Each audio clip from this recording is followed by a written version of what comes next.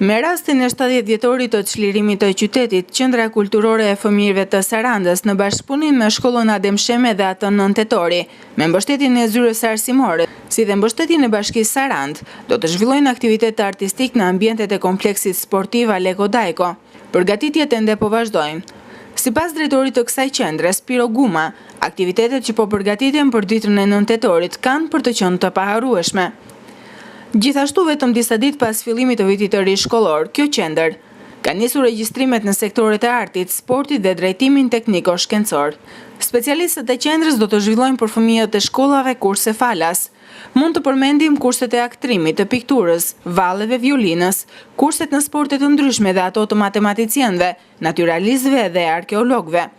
Sipas drejtorit Guma, Qendra Kulturore do të ketë një kalendar të pasur me aktivitete dhe gjithë stafi i specialistëve po punon me përkushtim që këto aktivitete të jenë breslënse dhe profesionalisht realizuara.